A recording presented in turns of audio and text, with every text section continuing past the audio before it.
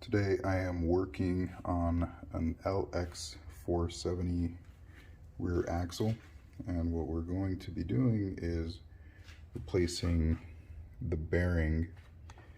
I'm also going to be changing out this retainer and this retainer.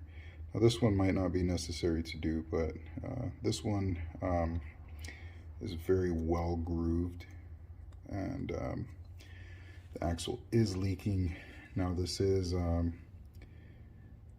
factory set axle, meaning this is the original factory setting. The bearing has never been changed before. I'm going to be using this tool here, which is made by a gentleman on eBay called Donald the Bonald. His name is Dwayne, and you may recognize it from third gen 4Runner service video that Timmy the Toolman has done. And this is from Dwayne, but I had painted it orange a while back ago, and well, it's the orange isn't taken too well, but this tool is designed to be used with a number of adapters for Toyota vehicles, and this one in particular is for the LX470, and which is identical to the Land Cruiser 100. So the procedure is the same for a Land Cruiser 100, and on the third gen 4Runner you have a polished surface here that you can measure out and properly set this retainer here so that you can space it properly so that it sits against the seal correctly and prevents leaks. Now these don't have that, so really the only way to set that is to find some type of a measurement. Now the factory service manual specifies measuring from the mounting flange of the axle to, I believe, here, and there's a certain measurement. I'll post that in the description. It's a little difficult for me to measure that, so what I did is found a number of items in my garage that will fit, and what I found is that this stack of washers fits perfectly with between the top of this retainer and the bottom of this, and that will help me measure out and properly set everything so that this sits against the seal again, exactly as it is now, once I get a new one in there. Now this stack of washers here happens to measure, I have my calipers here,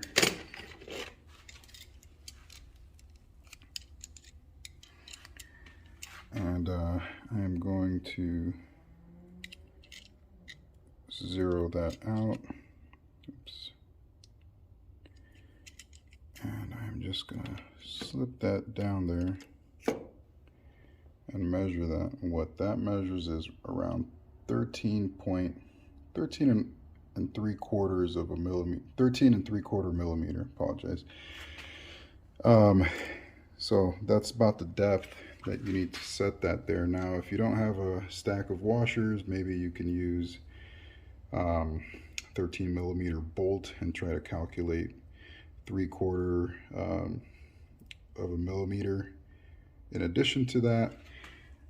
Again, I mean, there's plenty of things that you can find around your garage that might be able to you know, make up that measurement there, but again, this is a factory set axle. This is the first time it's being serviced, and what I'm seeing is around 13.75, 13.76, 77 millimeters. So that number is important. I'm gonna go ahead and just use that to kind of set everything here. So the procedure will be initially to remove this ABS tone ring and this retainer here. Now the factory service manual mentions that you want to cut this off and cut this off, but because we have this specialty tool here, we don't need to do that. The same 3rd Gen 4Runner ABS tone ring tool will work on this one. The only difference is that you will need longer bolts. Okay, so if you were to buy this tool, you can ask Dwayne to throw these guys in there, and you might be able to do that now. These bolts are quite a bit longer than the ones on the 3rd Gen tool. So you can see they're going to be a bit longer, and what we're going to do is we're going to push that in here, and can't do that because the bell housing for this guy, the handbrake housing, sorry, I forget the exact term right now, but we're going to need to knock out one of these, same process as you would on the 3rd Gen 4Runner, and so I would suggest knocking this one out. And that is the underside of it, so we're going to need to push that back in, and that can be accomplished with the original stud mounting nut hardware and some washers, and just tightening it up, it'll draw it back up. Now this is different than the 3rd Gen 4Runner in that this bearing cup, you do have to press the bearing out. In the 3rd Gen 4Runner, you can kind of do it by hand, and with this you're actually going to need a press. And I don't mean pressing the shaft out of the bearing, I mean pressing the bearing out of the bearing cup. Sorry, this thing's causing it to go out of focus. So again, I'm going to knock out this one here, and that will allow me to insert the ABS puller tool. And then once we've done that, then I'm going to go ahead and slip this over, and what this does is it engages that. We're going to tighten the nuts on there, and then we're going to begin some press work on it. Before we continue, I did want to point out that this tool here is meant to match up with the particular pattern of this bearing cup here, this bearing housing, and way that it goes on, it slips over, and then you just rotate it until you match up the pattern. And in this particular case, this cutout here is meant to clear the bell crank, and I called it a bell housing earlier. My brain not quite working, but that's the bell crank, so you can easily identify which side needs to go, where this flat side needs to go, because it's meant to clear the bell crank here. So once you've this is the second step after you've pulled this out, and actually this would be considered the 3rd step, because after you pull the ABS tone ring along with this retainer, there is a little snap ring there that you do need to remove before you move on to the next step. So make sure you do that, otherwise you're going to break your tool or your press or something. Those snap rings are very, very strong. So on to the first step here, and what that is knocking out one of these studs to clear the ABS tone ring tool. Now I have already installed the longer studs that are provided for the LX470 LC100 kit, and I'm basically going to leave these on even if I do 3rd Gen 4Runners, because I don't want to have to keep switching back and forth if I end up having to do another Land Cruiser or LX. But anyway, what I did here is I used one of the 4 mounting hardware nuts to and I threaded it onto one of the studs here, and the one that I'm choosing is this one here. And reason I'm choosing this one is it gives me the most space to actually fit the tone ring tool in. Now at some point, actually, we're gonna have to knock out all of these to be able to pull the bearing cup out and do some press work on it. But for now, we're just doing this one. And you can use something like a brass mallet, or in my case, I am gonna just use my trusty old rubber mallet and give it a good whack. And again, you want to be careful with the threads. So if possible, always block off some of the threads, recess it in there so that the threads don't get damaged. These are pretty resistant, but if you can, use a rubber mallet, you know, or a brass mallet if you have the ability to. So I'm just going to give it a nice whack. And actually, that one dropped right through. So you can see it there. It's a serrated bolt. And when we, in the next step, after I remove the snap ring, I'm gonna have to get that guy back up there and tighten it so that it seats again. And then I'm gonna use it to use the other second tool, this blue one here. Okay, so for now, I'm gonna go ahead and remove it, and I'm gonna stop recording here so I can do that because I only have 2 hands. So here is that serrated bolt that secures the bearing housing, bearing cup to the dust shield. I'm gonna just set it aside, and next thing we do is we are going to slide this right through, and now, as you can see, it's right below it. And the next thing we're going to need to do is slip this guy over the top and line them up so that these 4 bolts go right through that flange there. And then we're going to need to secure that with some washers and some nuts. So now I am going to stop recording and do that. Alright guys, so the tool has been slipped over the axle, and this mounting flange has been aligned with the bolts. I have added 4 washers and 4 of these nuts. Now these nuts do come with the hardware. They are not, they do not match with the hardware that, you know, this mounting hardware here. So just go ahead and use what comes with the kit. Just tighten it up. I try to make it so that this flange here is this tone ring tool is as flush as possible, as straight as possible, and it's about what we can accomplish right now. Finger tight is okay. You don't need to tighten it with any tools or anything like that. So the next step is accommodating it onto the press, and that's the next step I'm going to show you guys. Alright guys, so I am on to the press work.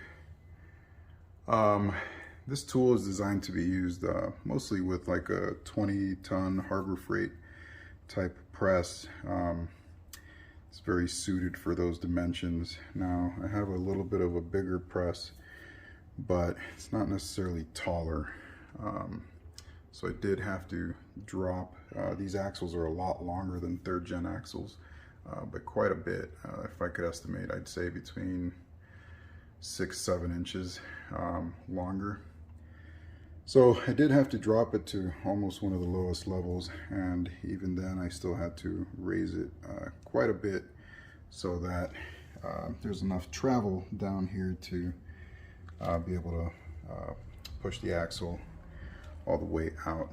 I may do this press work section, this first part, as a 2-part section, just so I can, I might need to reaccommodate things if it ends up pushing against this wood here. Now I have this wood here to catch the axle so that the wheel studs don't get damaged against the floor there.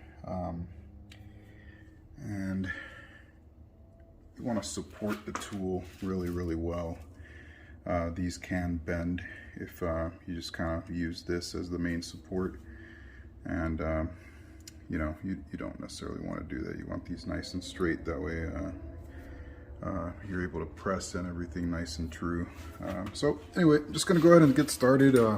This jack does have the option to do a hand pumping, but I also have it set up with my compressor. So today I am going, well guys, I unfortunately kind of screwed up here, and recording with one hand is very difficult. So I think I accidentally hit the stop record button right around the time where I was doing the press work. And anyway, it got pressed out. It's completely out, fell right onto the wood, and no incident, came out buttery smooth. And I'm sorry that I didn't get to show you guys that, but I mean, it was pretty quick, about 15 seconds of press work, and the axle and attached to the dust shield dropped straight out, and that's it. So I'm going to go ahead and move on to the next step, which is to remove the little snap ring and put the stud back on, and then press, use the tool, the blue tool, to pull, push the axle shaft out of this dust shield and this bearing cup here. Okay. So guys, just to show you here, now next step is to, I've pulled the tool off of the axle shaft, and now it's just a matter of removing the tool and revealing the ABS tone ring and the retainer. Again, sorry guys, I really apologize for missing that press work section. We'll see something similar in just a moment, but again, doing this one-handed is kind of a pain in the butt. But anyway, here is the ABS tone ring puller, and was able to get these guys out perfectly with no incident. And now the next step is taking the snap ring off. Now guys, I don't know if I mentioned this at the beginning of the video, but I'll mention it now. I was able to get all my parts from Jojo. Sends them straight from a Toyota dealer, and gets really amazing deals. So I am replacing this and several other components. The only part that I'm not going to replace is this guy here, and really you don't need to. It's not a wear item. Doesn't sit against the seal. It doesn't get, this one wasn't damaged, so not replacing it. But this one here, that little mark there, that's where the seal sits against. This one's pretty worn. I can actually feel it with my fingers. It's hard to see in the video, the groove, but I can feel it, and it is likely what is causing the leak here. So not going to reuse it. And again, factory service manual says you need to cut this guy off, and you need to cut this one off. With these tools, you do not need to do that, which means that you do not need to risk damaging the axle shaft surface. Damaging it could cause potential leaks down the line. So I'm going to go ahead and prepare this station here for the axle. I'm going to stop here and resume once it's on the table. Alright guys, next step is removing this snap ring. Sits within a groove here, and you will need some snap ring pliers to pull them off. I could probably rotate this to give you better access to it. Just gonna go ahead and try to pull it off here. Sometimes they take a little bit of finagling, but Looks like it came right out, so I'm gonna just go ahead and start sliding it up. Again, kind of a pain doing this while recording with the other hand, but try my best here.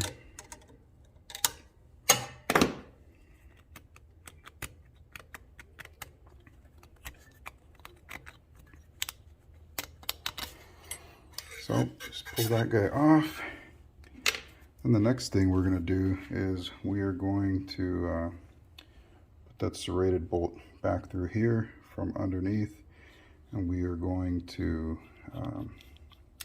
tighten one of the nuts along with some washers under the nut to pull the stud through to where these guys are. And then shortly after that, we're going to need to knock out all these studs again so that we can get the bearing out. I'll show you guys how to do all of that. All right, guys, I'm gonna try to do this one-handed, but I'm gonna slip this guy over there, and actually, you know what I'm gonna try to do? I'm gonna try to line up these washers, and these are the same. Well, that's a problem. So the washers that come with the press tool kit don't actually fit. So I'm gonna have to figure out a different solution here. This is a spacer. Actually, sorry, my brain is on autopilot. What that is it's actually a upper ball joint adapter for say like a uniball upper control arm. It's what I have. All you might need to do is get a washer big enough to clear an M12 bolt, which is what this is. And all you need to do is add your original mounting hardware nut. And then what I do is, it's a 17 millimeter, by the way. I have this little rigid subcompact 3/8 drive impact. Love this thing. We are going to tighten this up, and all you got to do is just watch for it to sit flush. Let me see if I can get it focus.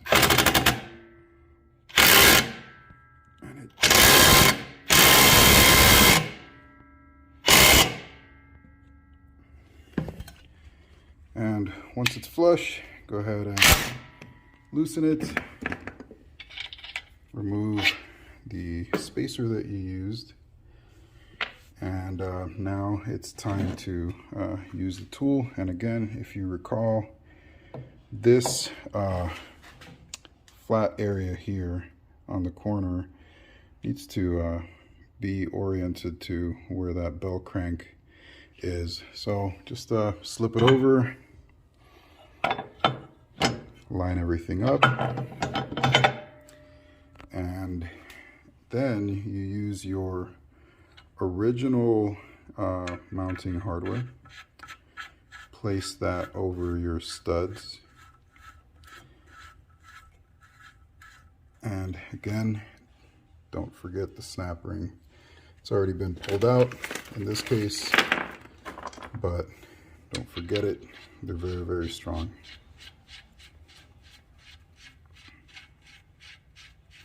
So I'm going to go ahead and stop here until I put on all these nuts.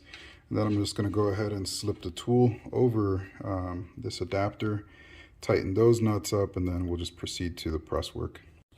So one small issue that I found with the tool is that this jam nut for the press tool interferes with being able to tighten this down onto the stud for the bearing cup.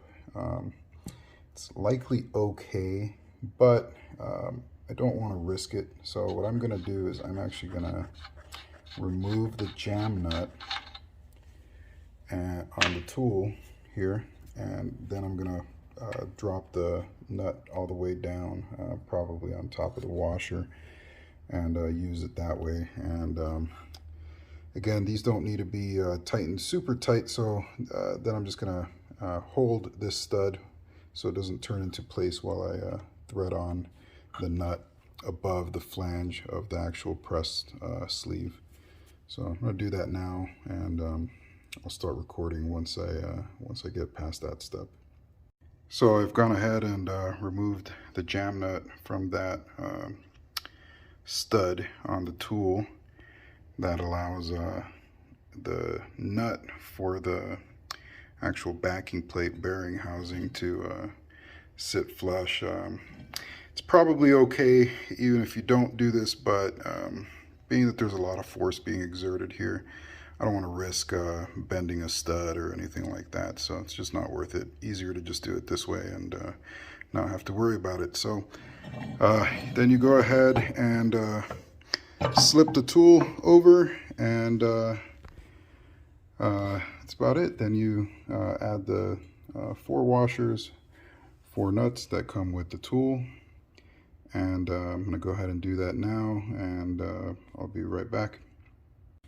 So I've added the 4 washers and 4 nuts on the one where I removed the jam nut. Obviously, if I try to spin this, it can spin. It's not doing it right now, but one of the things that you can do is you can push against it and just hold it in place.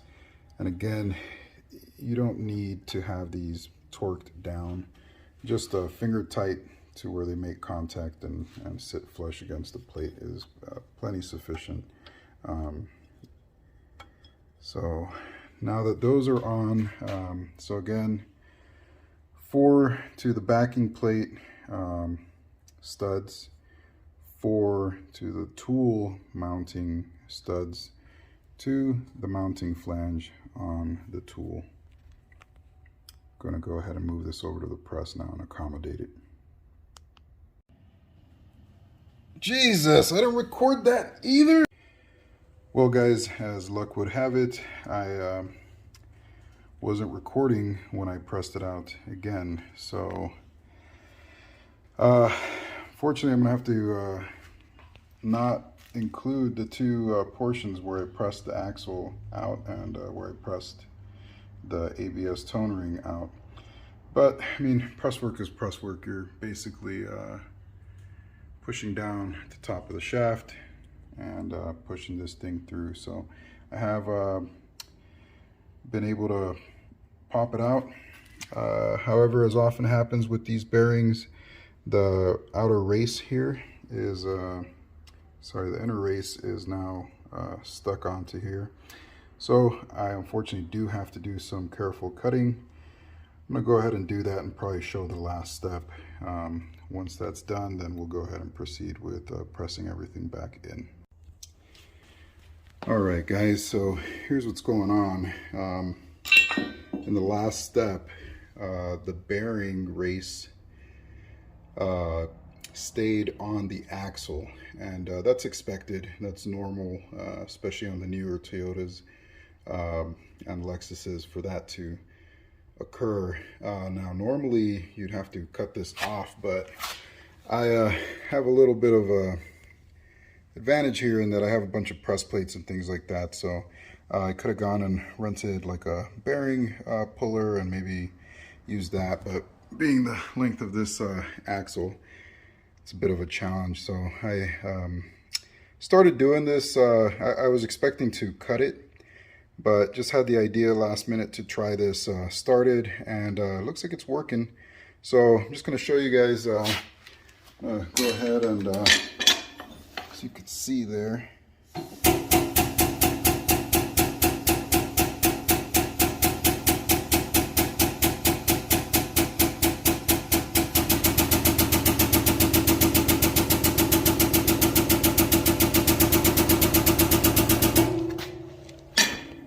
Check that I have enough clearance down here, because it is all the way to the very bottom, and I do have enough clearance for the moment being.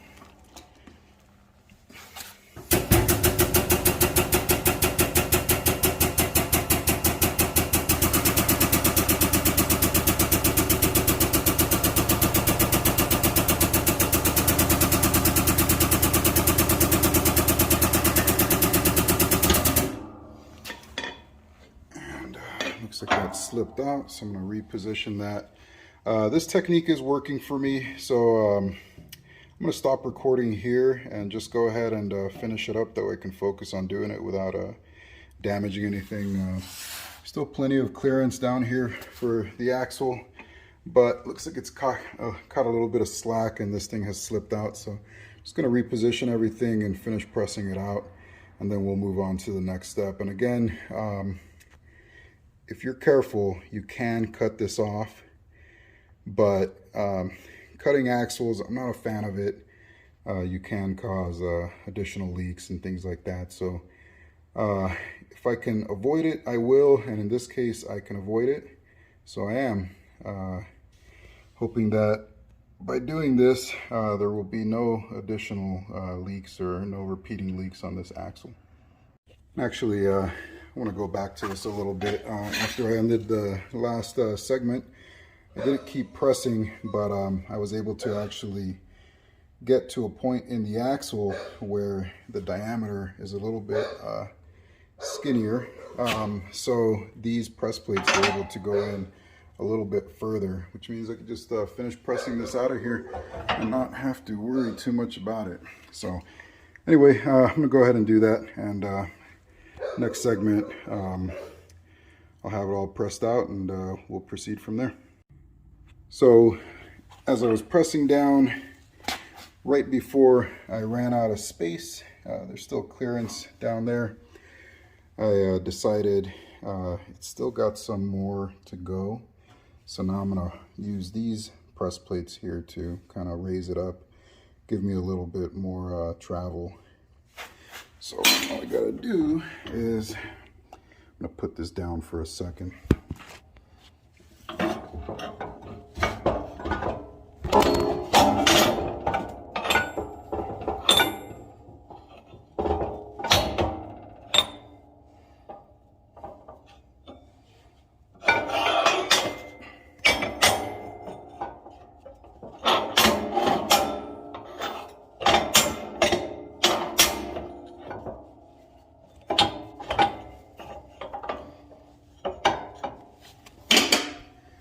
So here's what I ended up doing. Ended up putting those plates there and putting the 2 1/2-inch thick plates right above them.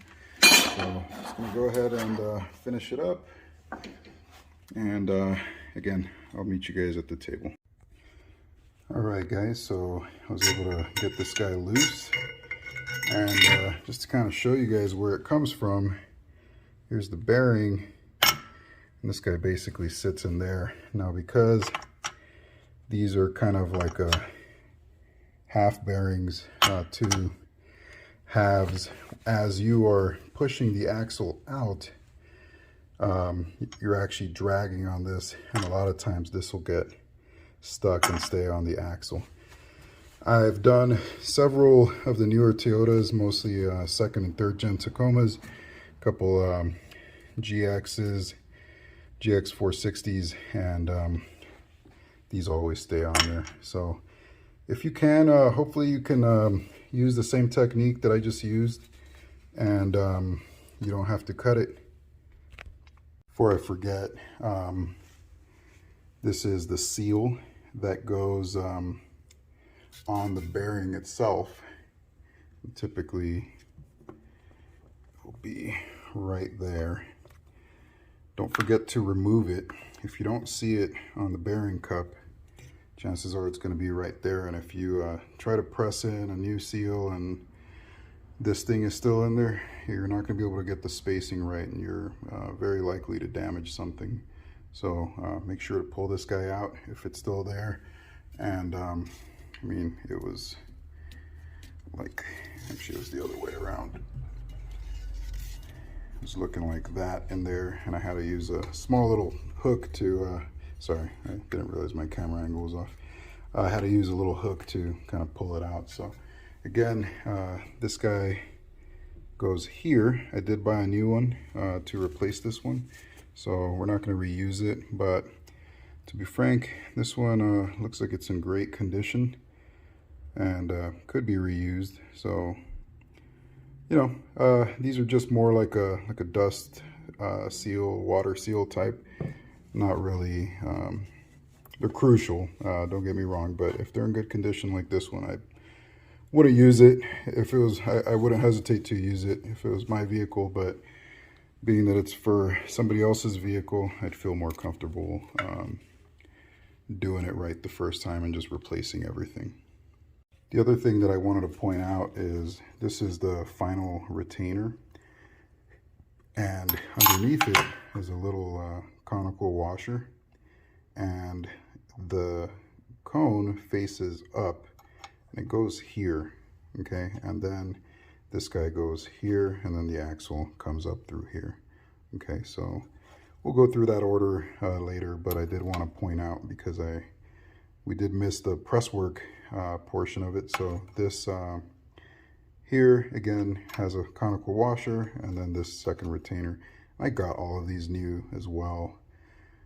Again, if it was my rig, I would reuse these, but being that somebody's paying for this work and they don't have the ability to do this themselves on a regular basis, I'd rather just knock out the guesswork, replace everything all at once.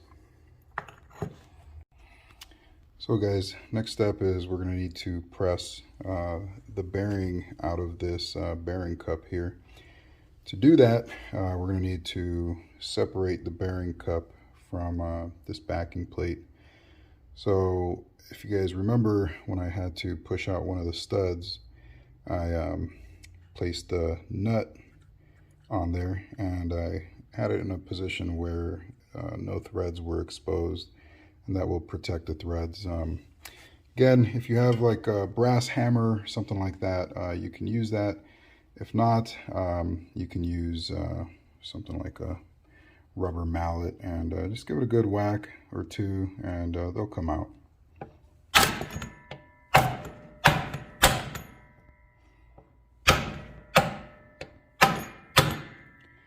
And they're out. So next thing we're going to do is go ahead and again, this is difficult doing with one hand, so I'm going to stop recording, and pretty much what's happened is they've dropped out. That's them right there. So I'm going to hold them and unthread these nuts. Then I'm going to push up this way on the bearing cup and separate it from this backing plate. And then I'm going to set something up so that I can press this guy out of here. Okay. So I was able to pull all the studs out, and now it's just a matter of wiggling this guy out of here. And what we're going to do, we're going to press from this direction going down, and I'm going to set up my press for that, and it's probably going to be a good idea for this part to go back on here just so that it can give it a flatter area for me to press down, and yeah, should be an easy one. Alright guys, so what I have here is the bearing cup. It's on a press plate here, and the press plate has an opening big enough for the bearing to just fall out. I'm using a press sleeve. This one's a 68 millimeter outer diameter, which fits perfectly on that inner race there. And then I just have like some round 2-inch round bar, and I'm just going to press that out. And these aren't pressed in very tightly, so I'm just doing it by hand. And it's just going to come out. And normally I like to catch things, but again, I'm just doing it with one hand, so it's just going to drop and be loud.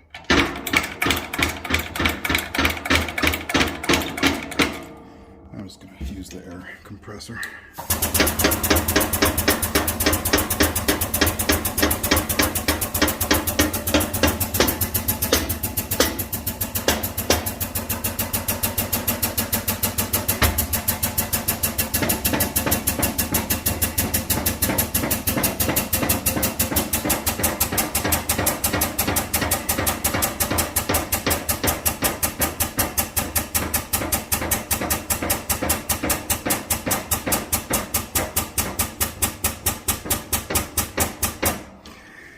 Well, I ran out of air. I have the compressor off right now because it wants to turn on, and when I get low on air, understandably, and it gets loud. So if I want to talk or something, it kind of just it's louder than what I can. You won't be able to hear me. So anyway, finished it off. Out it came, and all right, guys. So I have the new bearing in the bearing cup. I went ahead and added some of this Timken red grease around the bearing just to kind of let it slide easier. This is the old bearing.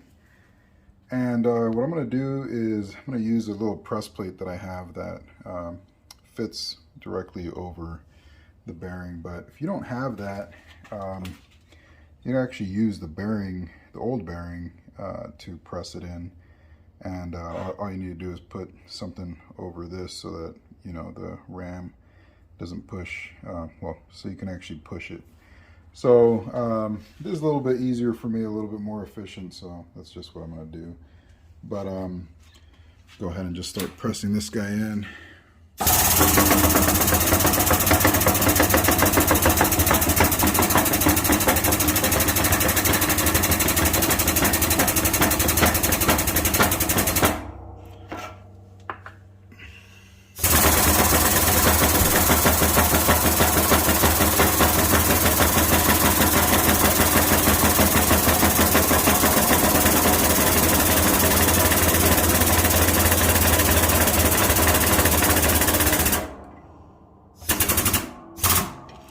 And there will reach a point where there will just be enough resistance, and you'll just stop. Oh, I did forget to mention that there's a couple of ways to support it, but the easiest way is to just place a flat bottom or a flat piece on the bottom of the bearing. And there's a little ridge here that will stop the bearing from pressing any further. So once you meet a good resistance, just go ahead and stop. The next step that I'm going to do is put the seal on here, and well, I can do that afterward, but I'm going to put the 4 studs back on. And if you guys recall, I'm going to use a spacer and a nut to draw up each stud. It's difficult to do that with one hand, but I mean, self-explanatory. It was already part of the video, so just draw these 4 up. And if you want to remember how it goes, you might have a kind of like a witness mark here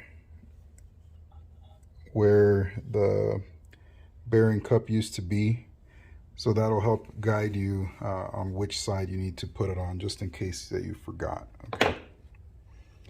So in this case, it just drops like that. Just match the stud holes, and that's it. So next step, I'm gonna have the studs on here. One thing I just ran into is there are two of these studs. All the studs are the same length, but 2 of them, these 2 here, have some spacing underneath, so they don't actually protrude quite as far. So if you recall, I had originally knocked this one out, and there was plenty of thread sticking out, and on this one here, there would not be enough. So what I'm going to do is I'm going to just use the stock hardware without a spacer to pull this up, and I kind of wanted to show you what it is that causes that. You'll notice that there's a kind of this spacing here where there is none on these other 2. Okay, so something to keep in mind, you're going to run into that, and you won't need a spacer for this one and this one. Just a stock nut should be plenty sufficient. Okay guys, so in this next step here, we're going to talk about the parts we're going to use. This is the dust seal. which is part number 90313-62001. This cone washer, which is part number 90208-48002. And then this retainer here, which is part number 424236040. Okay, these items are not side specific, and you can get 2 of each if you're doing 2 axles, or 1 of each if you're doing 1 axle. In the next step, we're going to be installing the snap ring, but that's after the axle goes in. Oh, I forgot to show you guys.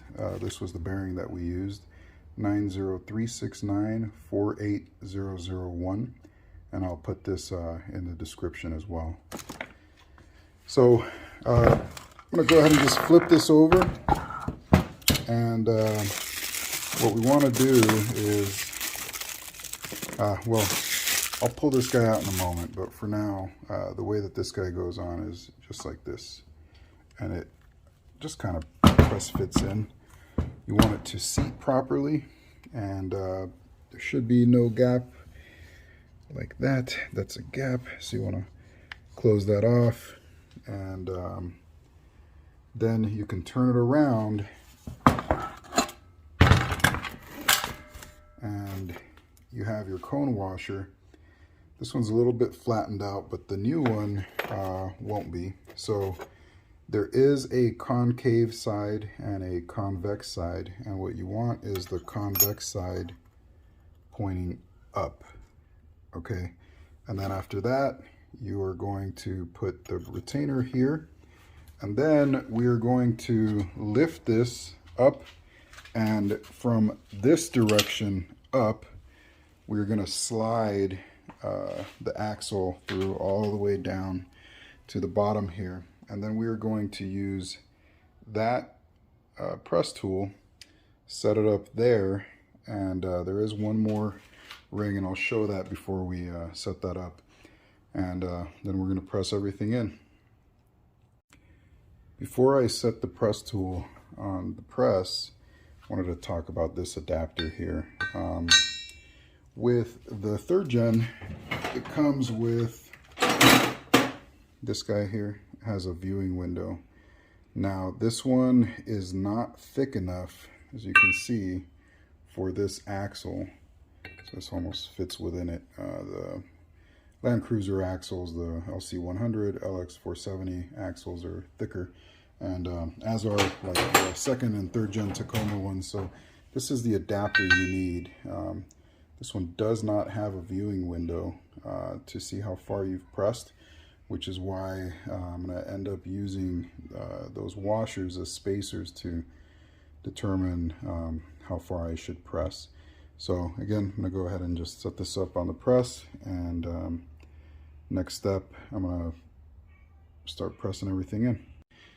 So this next section is going to be a little bit tricky to film, so I think I'm going to simulate what I'm gonna be doing, and then stop filming, put all the new parts on, and actually be doing the pressing. So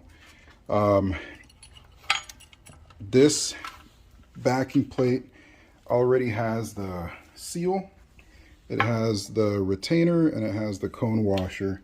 And what you would do is you would slip it on from this direction all the way down to the bottom of the axle. Okay, now once you have that, then you would support this along with the axle, and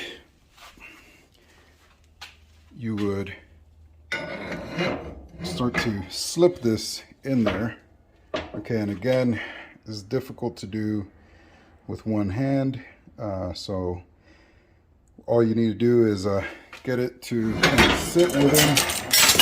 Oopsie, drop some stuff. And then once it's in that area, just imagine you have the dust plate here, the backing plate, and then you're going to have the retainer here resting on this, and it's going to all push up. Okay, so I'm going to get all those new parts on the backing plate, and then we'll start pressing everything in. Okay.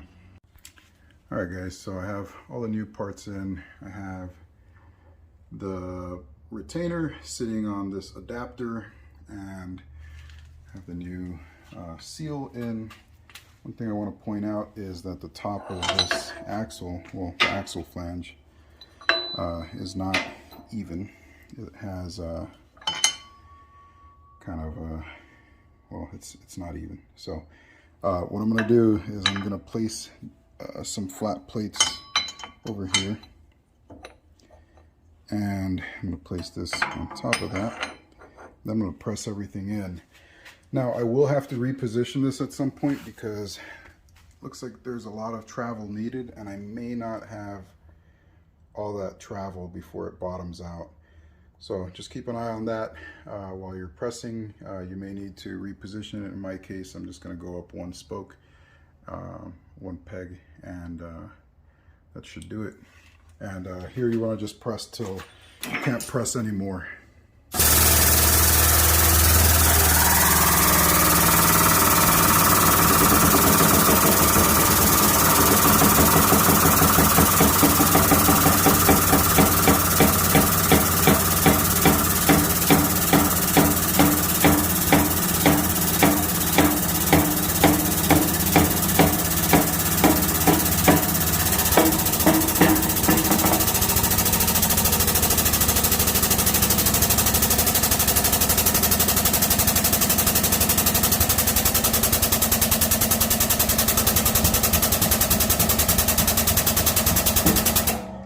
Luckily, it looks like I will have enough travel. I won't have to reposition it.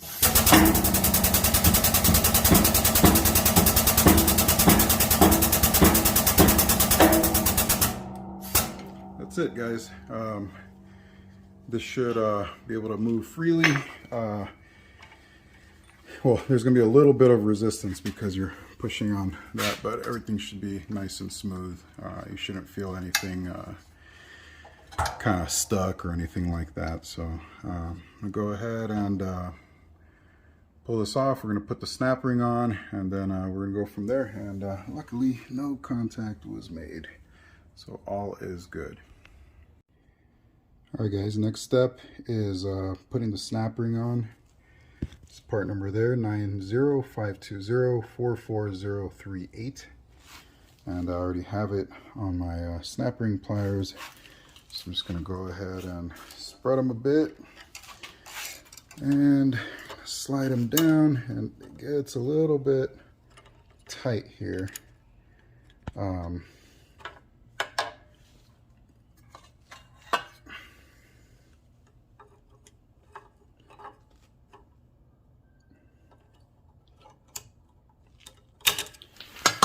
Sorry guys, it's a little hard to do with one hand.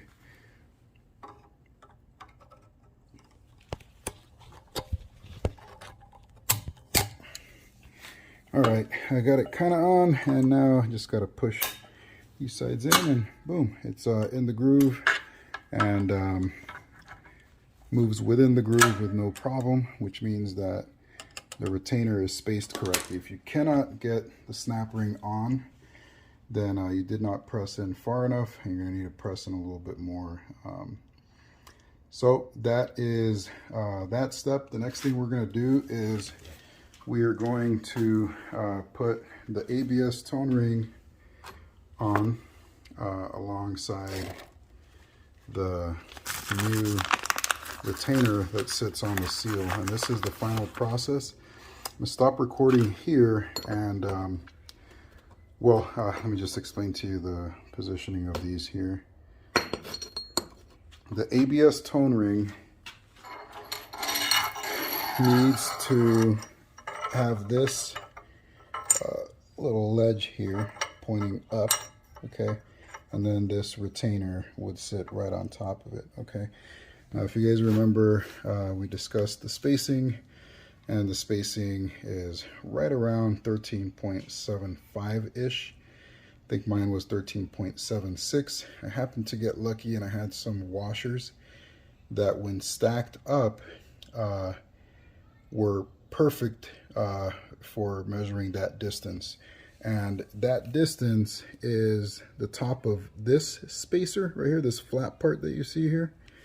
I could point it out with this. So you'd be basically measuring from this surface here to the underside of this tone ring, and that would need to be 13.75 millimeters, so that the seal ends up right around the center, just like it was previously, and that was factory. So I'm going to go ahead and set everything up on the press, and then we're going to begin pressing. At some point I am going to set up the washers to kind of measure everything out, and still haven't quite figured out how I'm going to do that just yet. I think I'm just going to kind of hold them, and then once I kind of get to that distance, then I'm going to stop pressing and call it good. Alright guys, so I have my stack of washers, which is going to determine the correct spacing, and I'm going to do this. Probably not going to record this while I do it, because I just simply can't hold this and press at the same time. So I am going to just, as I press, I'm going to be watching this, and once I get it to make contact with this part here and here together, then I'm going to stop pressing altogether, and that will give me the correct spacing for the seal to sit roughly right in the middle. Now, the factory service manual states that you can have a plus or minus variance of 1 millimeter. Okay, this is 13.75 or so, but if I grab random washers from this stack, I can get it to be 13.8 or so. Okay, 13.9. Again, that's a 1/4 of a millimeter, and it won't make a huge difference, as this stack here is roughly 13 millimeters, and if it ends up right in the middle and goes up 1 millimeter or down 1 millimeter, it won't make too big of a difference, let alone a 1/4 of a millimeter. So it should still end up right around here. So I'm going to go ahead and start pressing, and I'm going to stop recording, and then I'll have this on the table and I'll take some measurements and make sure I got it right. Okay. Okay everyone, so I was able to get this spaced, and I can fit all of these washers in here nice and square with no gap above, no gap below, and I can leave them there, and I think all is going to be okay with this axle now. It's set up to exactly where it was when I first received it, which means that the retainer and the axle seal are going to match up right around the halfway point right there. Alright guys, so this concludes the video. I'm just going to do one final measurement here. Now if you guys remember, this was right around 13.76 on the washers, and we're right around that same mark here, so 13.75 or so. So I think we got correct spacing to where the axle seal is going to match up right there, same as it did when it was stock. Now here's the original one, and this one's got quite a bit of a groove. I think we talked about that earlier in the video.